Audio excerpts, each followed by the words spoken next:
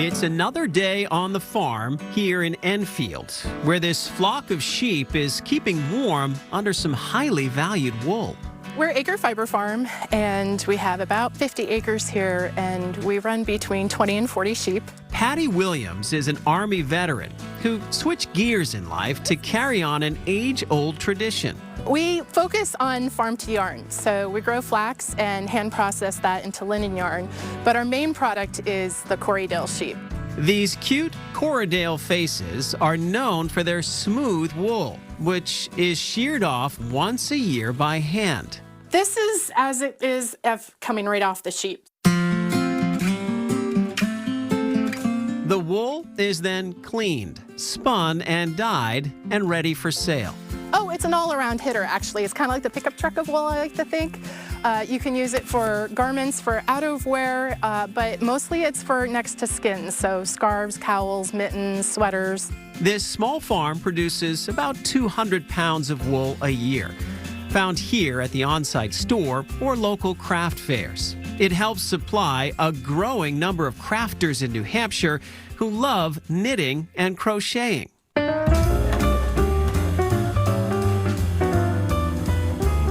And sometimes, yarn can make a big difference in someone's life.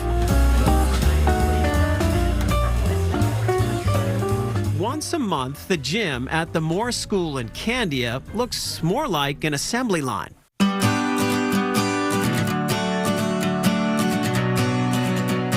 We cut out patterns, we knit, we crochet, we tag things and get everything ready and get ready to distribute out to different organizations. These ladies volunteer their time as part of something called Stitching Up the World. The group makes items for local cancer centers, homeless shelters, and others in need.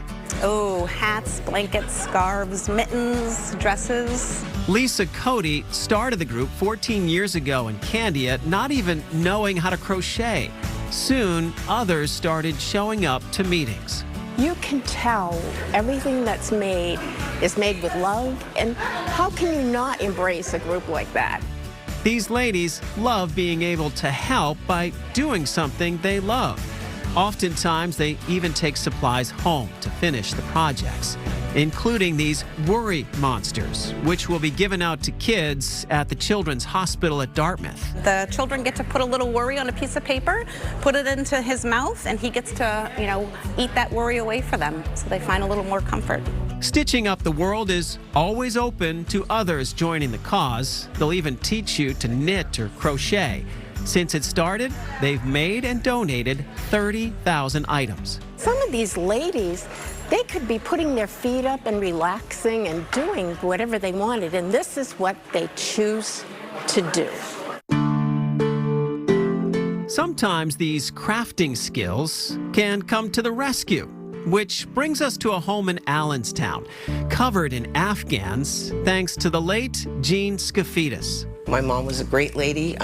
She was known as the caretaker because she liked to take care of everybody but herself. She just wanted to take care of everybody and everybody to be happy. Jean's daughter, Angie, says her mom, a former restaurant owner, was known for her ability to crochet, sometimes complicated patterns. She wouldn't even have to look at her hands. Hats, mittens, gloves, blankets. It was this Afghan she was working on right before her death in 2022. I said, "Oh, who's that one for?" And she said, "Oh, just stop it. Don't you have enough blankets?" I said, "No, I never do," because it was my favorite colors. And when she passed, that blanket was not quite completed. Turns out, unfinished projects like this are pretty common for any number of reasons. Because of that, volunteer crafters will often finish them. In this case, when Angie saw a New Hampshire Chronicle story on the Knitwits in Henniker, she decided to donate her mom's yarn supply and ask for some help. And she got it from a woman in town. That's what I do. People come to me and say, "Can you finish this? Can you do this? Can you repair this?" And I do it happily. Carol Hamilton always has knitting projects going. And I've made probably a half a dozen of these, some of which I've already given away. The former college referee loves being active and says knitting keeps her mind sharp. Carol, the knitter, was the lady asked to try something different, crocheting the rest of that unfinished Afghan. And said, will you look at this? And I said, well, I think I have a friend who's a good crocheter. So I'll ask her if she'll do it. And she said, without a pattern, I don't think so. So I said, whatever. I looked at it and I said, well, I think I can figure this out. So I did.